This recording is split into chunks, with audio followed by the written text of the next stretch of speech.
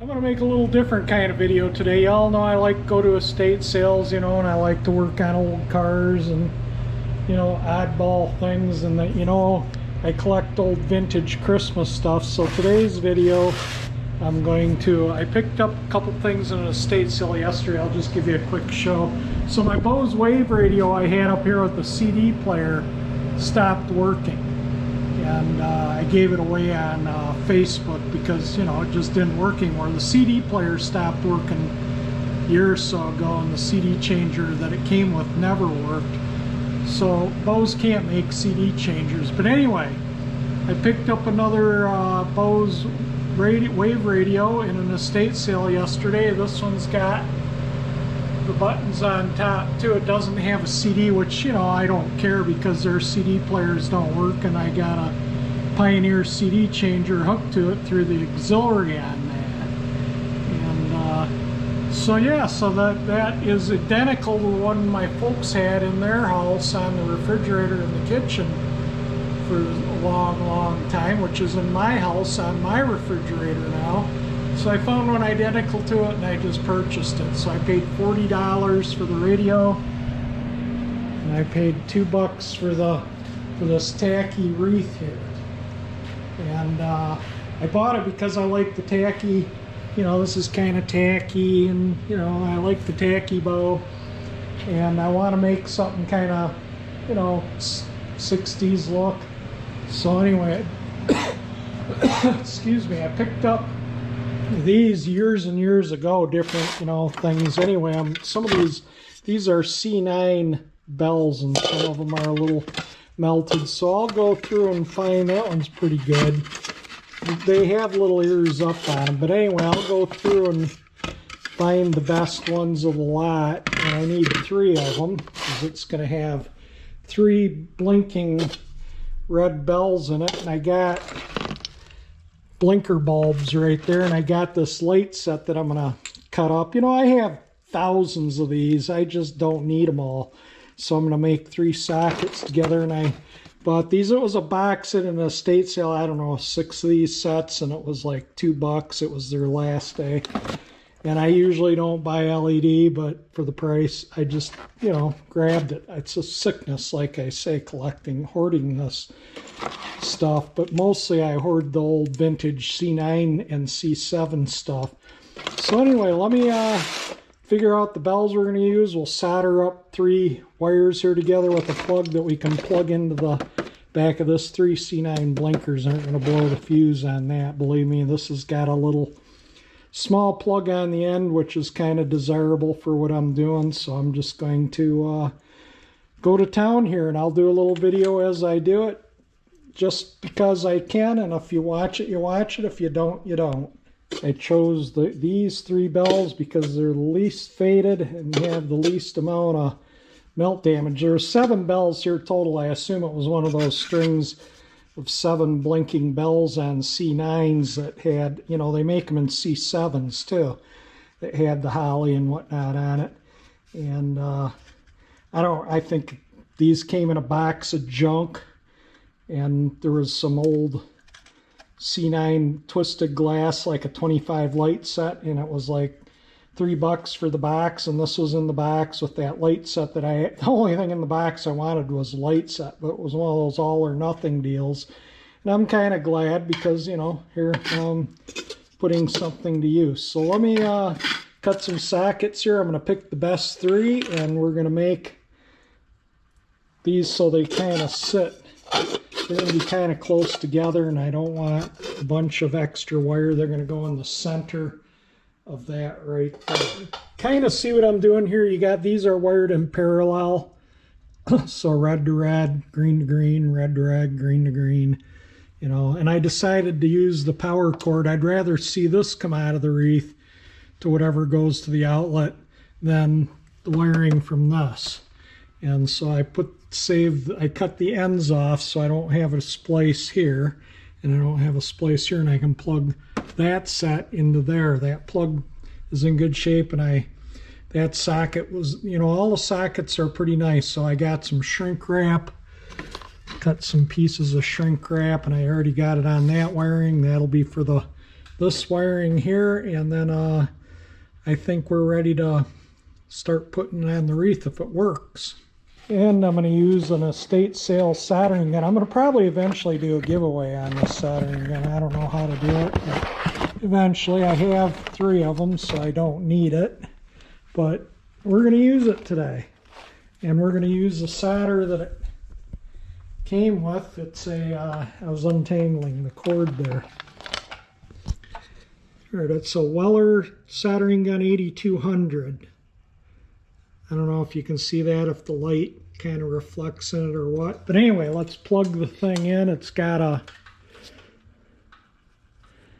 keep nuts tight. That's the nuts they're talking about are these. If they loosen up, then the tip doesn't heat, because that's what generates the current. So we'll make sure they're tight.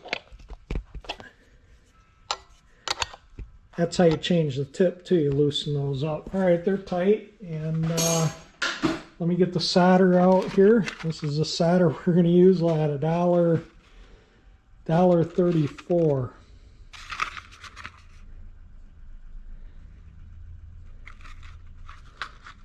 And I don't think, yeah, I guess there isn't. Well, no, it's just extra tips. Yeah, right here, Weller. Oh, it just says their service centers. Doesn't have a year on it.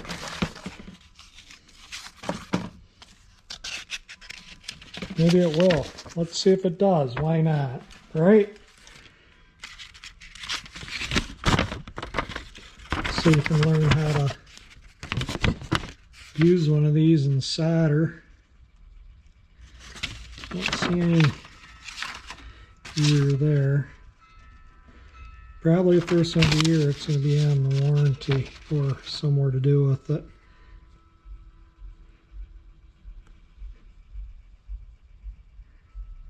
It doesn't really have a year. I don't see a year anywhere. If you see a year that I'm missing, please leave a comment.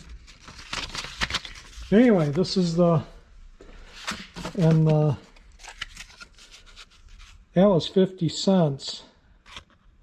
Just says F's Department 2. Oh, it's Kmart. See the little K there? 50 cents for 2 tips. It's got a soldering brush and a little thing for soldering. Acid core solder too. And a staple. We'll throw that away so it doesn't end up in a tire. All right, let me get to soldering up here. These have 2 currents, so if you hear one click, hear another click. See, I usually just pull a trigger all the way, but it's 2 heat settings is what it is. First thing, get your soldering gun hot. See, it's not smoking now. I'm going to flick any extra solder off, and then I'm going to tin the tip. Then I'm going to hold it on the wire to heat the wire, and then I'm going to feed the solder in on the wire so it sucks in, and you don't want a cold solder, so you got to get that wire hot. There, see how nice that just sucked into everything? That's soldering. And then I usually, when it's when I'm done soldering, usually can go from right from one to another, but I always flick it off and retin it. That's just me. Another thing, when I wrap the wires, see how they're still frayed? I just leave them frayed, and then they wrap. You can twist them together easier. If you twist them before you twist them together, it makes a lot bigger of a mess when you go to solder it. You know, it's a big clumpy thing. Now that those other 2 wires are soldered, this tends to stay together. So I'll get the gun hot. You make sure it's hot by tinning the tip. There, it's hot. Flick the excess solder off. That'll just come free once it's cold. That won't stick there. That's why if you don't get the wire hot first, yeah, you'll get solder on your thing, but nothing will be stuck because it'll be cold. See how that was cold when it hit the bench cold? It doesn't stick. So you gotta make, if that bench was hot, that would have stuck. You know, if it was at the melting point of solder.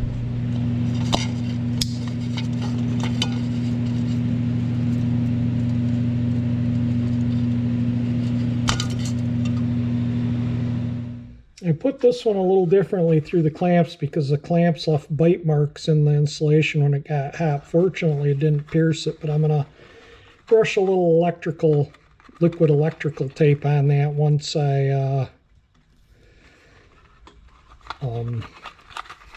finish this up. But hopefully we don't end up with melt marks or teeth. Because it's not clamped in the teeth, I can freely slide those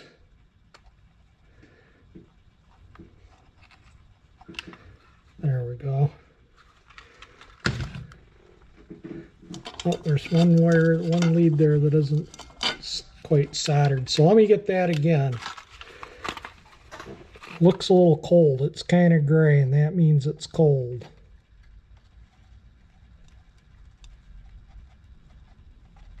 There we go. See how it's shiny? All right, that's done.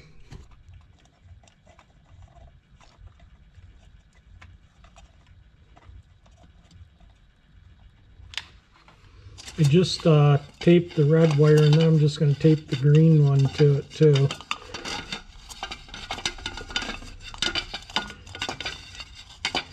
Good enough. And I think I'm going to do the same with this one. Why not? Just a little extra protection there on the solder joint, because I am going to bend this just a little bit, about like that, on both of them, so the bells kind of hang the way they are right now. They're all assembled now to prevent corrosion in the socket. I'm going to put a little dielectric grease on the base of the bulbs. And I think I'm going to go find some of those washers. I know I have them, so when these bounce around from the wind blowing, these kind of sockets are notorious for the bulbs to loosen up, and that's why they use those weather washers. And get a load of this. This is like a cloth craft wire, I guess you'd call it. Cloth covered craft wire. You know, that's got to be old. The stuff nowadays just painted green. Found 3 rubber washers. They're not really terribly thick. I've used them for other things, but you know, when I buy lights in estate sales, a lot of these old style sets, like, they use these sockets with these screw-in sockets like that. They use those washers because when the wind blows, it tends to loosen the lamp up, and then they go out. And this is what I'm going to put on the base of the bulbs with this style of socket, just so if you need to change a bulb, you're not out there and, you know, it's zero, change it with a pair of needle nose pliers trying to take out a broken socket from. Let me wipe my hand off so I don't get the bulb dirty. I'll do them all and then I'll do that, but it doesn't take much, just a little smear, just to keep the bulb from seasoning the socket.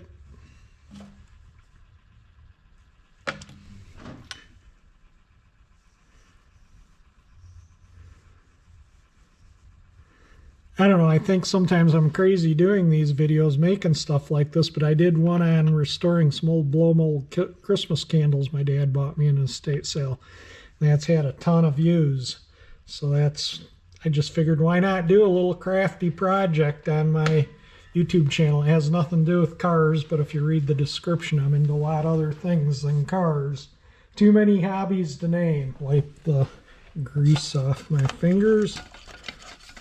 These are newer blinkers. I have a bunch of these opaque ones like this that are the old inside ceramic coated. I have probably a couple hundred of them, but the twisted glass blinkers, like, you know, those style with the inside ceramic coating, they're ultra rare, and I have, I don't know, probably 10 or 12.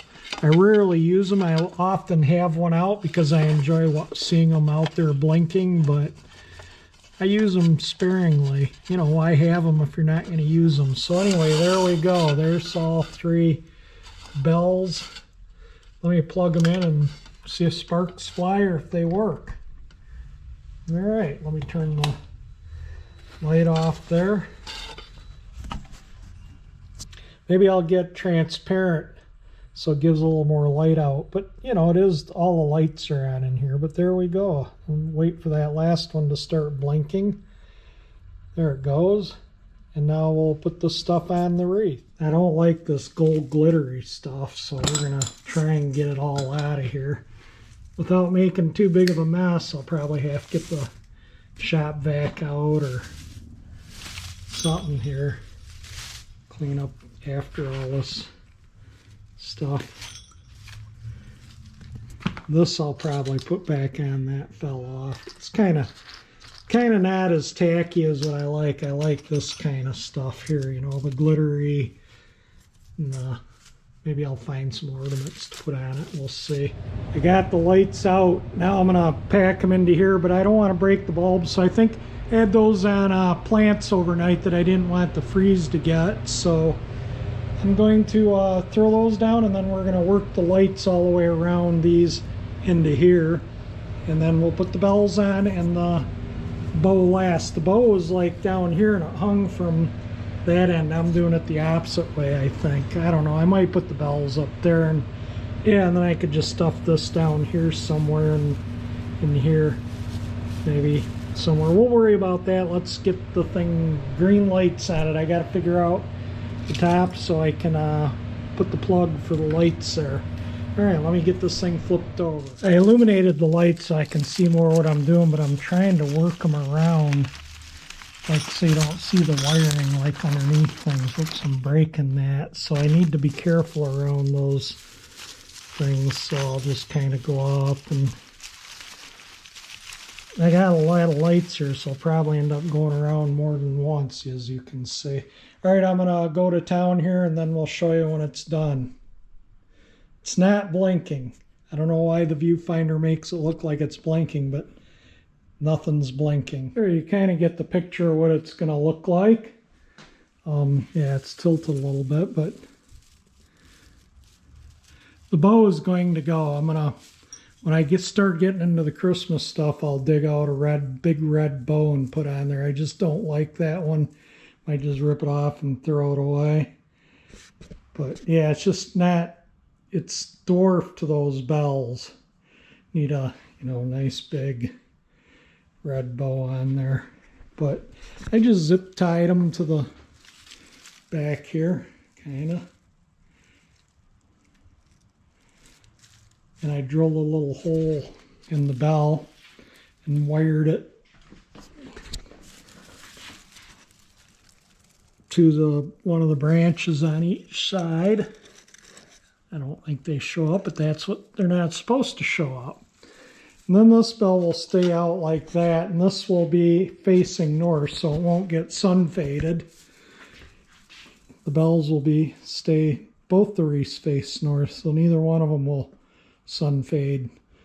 So there we go. When I get our big red bow and get the house decorated up for Christmas around Thanksgiving, I'll make a video of it. But anyway, that's good enough, other than the bow I don't like. Get a little video of it in here with the garage lights turned off. It's still, you know, a little bit of light in here, but thought it would just, you know, show it without the lights on. And there we go, a wreath with less than probably $5. I mean, maybe didn't pay much of anything for anything. All estate sale stuff, everything there, 100% estate sale.